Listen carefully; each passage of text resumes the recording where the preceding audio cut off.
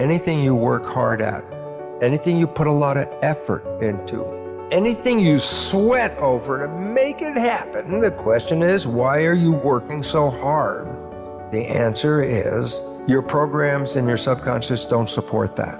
And what we have to do in order to get to that place where we can take the keys and unlock the self-imposed prisons, or the prisons that we have given ourselves on the basis of what we have come to believe is our limitations, what we can and can't do.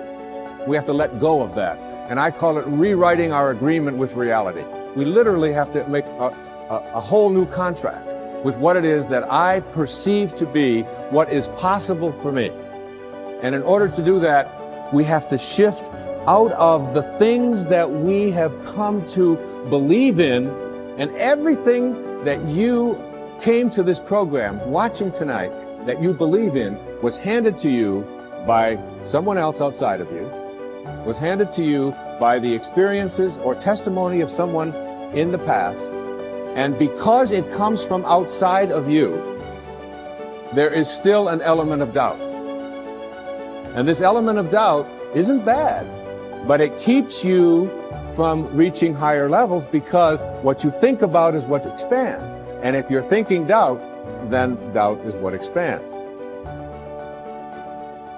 When you visualize a goal that you want to achieve, it's not in the future. If you, this is to do with manifesting. When you want to manifest something, it doesn't work very well when you think, I will be famous, I need to be famous, I want to be famous. Not good for manifestation.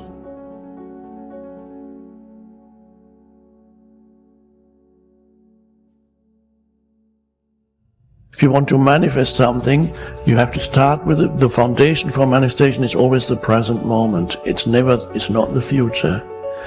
It works very simply. Jesus explained it in one sentence, just one sentence. Whenever you pray for something, believe that you have received it and it will be given to you.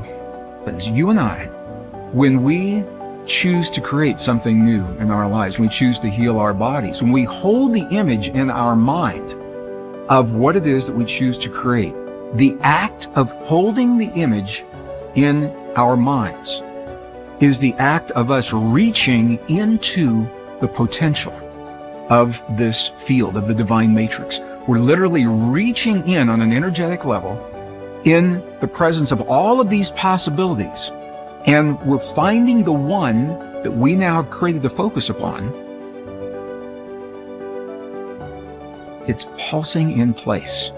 That is the secret to creating in the divine matrix. That's the secret to reaching in to the potential, grabbing that potential in your life and isolating that potential and making it into something that is real.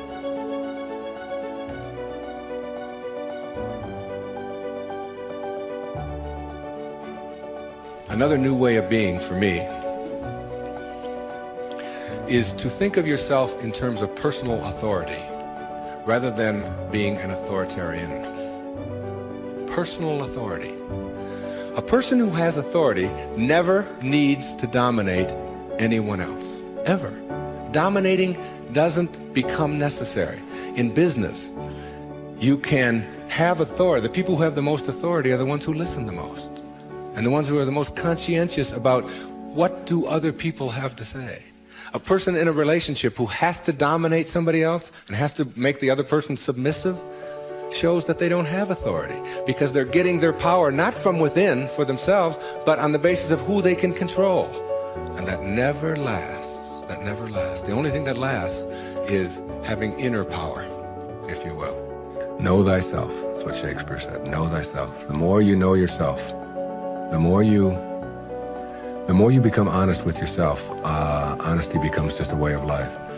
No, I don't think the world necessarily does, but you can't run your world. You can't run your world based upon what the rest of the people in the world want or don't want. To me, honesty is like, it's a karma that goes out into the world. How people treat you in the world is their karma.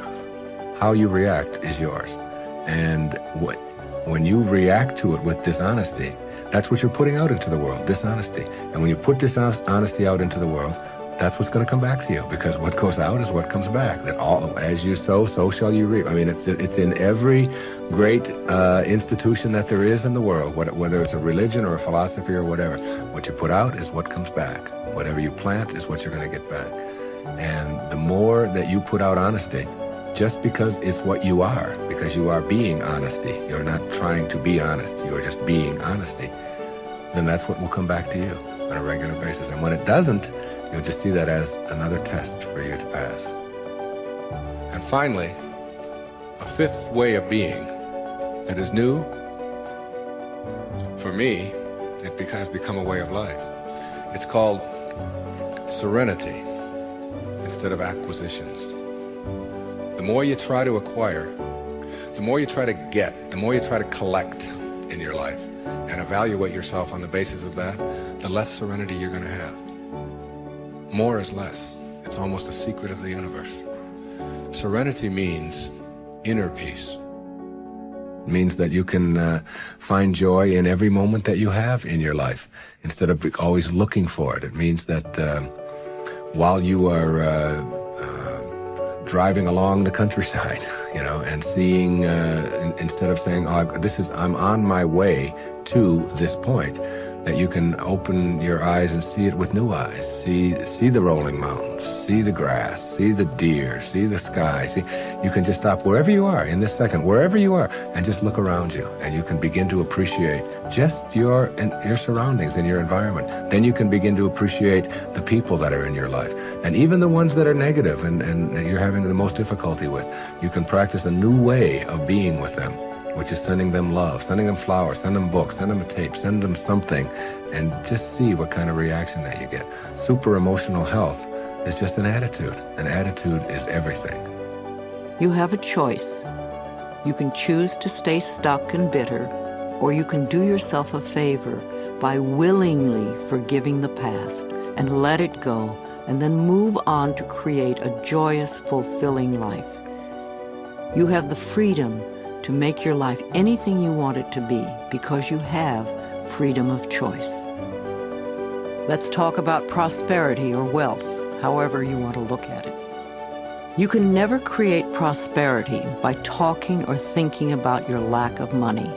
This is wasted thinking and cannot bring you abundance. Dwelling on lack only creates more lack. Poverty thinking brings more poverty, and gratitude thinking brings abundance. There are a few affirmations and attitudes that are guaranteed to keep prosperity beyond reach. Resenting other people for the amount of money they may have just puts up a wall between you and your own flow. Open your consciousness to new ideas about money, and it will be yours. There is never enough money. Now that is a terrible affirmation to use. Also the one, money goes out faster than it comes in. This is poverty thinking of the worst kind. The universe can only respond to what you believe about yourself and about life. Examine whatever negative thoughts you have about money, and then decide to release them and let them go. They have not served you well in the past and will not serve you well in the future.